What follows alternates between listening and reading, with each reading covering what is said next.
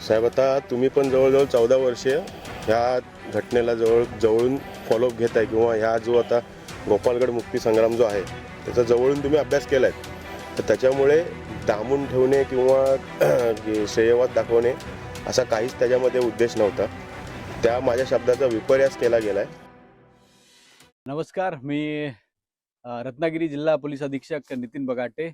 आज रत्नागिरी जिल्ह्याच्या सर्व पोलीस दलाने गोपाळगड किल्ला गुहागर तालुक्यामधील जो छत्रपती शिवाजी महाराजांच्या आरमारातील एक प्रमुख किल्ला होता, त्या किल्ल्याच्या सफाई केलेली आहे. एक स्वच्छता मोहीम छत्रपती शिवाजी महाराजांच्या रत्नागिरी जिल्हा पोलीस दलातील मावळ्यांनी आज इथे पार पाडलेली आहे. ही एक ऑर्डर आहे माझ्याकडे की जे माननीय उच्च न्यायालय बॉम्बे हायकोर्ट त्यांचे जे कोल्हापूर बेंच आहे, कोल्हापूर बेंचनी दिलेली ह्या रेट पिटिशनची ऑर्डर आहे.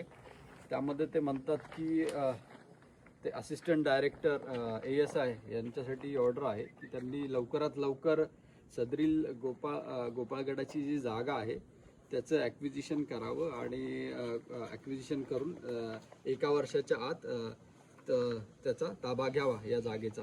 या संदर्भात जे विषय आहे की 82 व 83 गट क्रमांक जो आहे त्या जागेचं भूसंपादन करण्यासाठी जिल्हाधिकाऱ्यांना पत्रव्यवहार करण्यात आलेला आहे. सहाय्यक संचालक पुरातत्व विभाग यांनी हा पत्रव्यवहार केलेला आहे.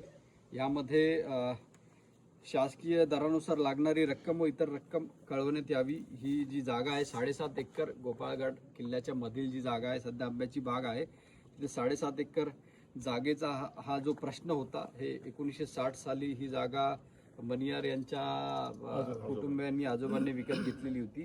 त्यानंतर 2016 साली राज्य शासनाने हे गोपाळगड किल्ला छत्रपती शिवाजी महाराजांचा हा जो किल्ला आहे तो संरक्षित स्मारक म्हणून घोषित केलेला आहे.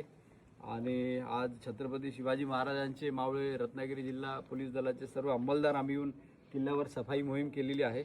या अनुषंगाने थोडासा प्रकाश टाकण्यासाठी मी मनियार यांना इथे बोलवलेलं आहे. ते थोडंसं याबद्दल आज आपल्याला प्रकाश टाकतील. नमस्कार, मी अय्याज मनियार. छत्रपती शिवाजी महाराजांचा हा गोपालगड किल्ला 2016 साली राज्य पुरातत्व विभागाने राज्य संरक्षित केलेला असून त्याची भूसंपादनाची जी न्यायिक प्रक्रिया आहे ती सध्या चालू आहे. सदर आतल्या जमिनीमध्ये आमची मालकी होती ती सुद्धा आता आम्ही भूसंपादनाची प्रक्रिया ज्यावेळी पूर्ण होईल त्यावेळेस आम्ही जिल्हा पुरातत्व विभागाकडे सुपूर्द करण्यास स्वखुशीने तयार आहोत आणि ती लवकरात लवकर प्रक्रिया पूर्ण व्हावी ही आमची देखील अपेक्षा आहे आणि त्यासाठी पुरातत्व विभागाला सहकार्य करत आहोत. माझी सर्व गड किल्ला शिवप्रेमींना ही विनंती की कोणीही अफवांवर विश्वास ठेवू नये, भूलथापांना बळी पडू नये.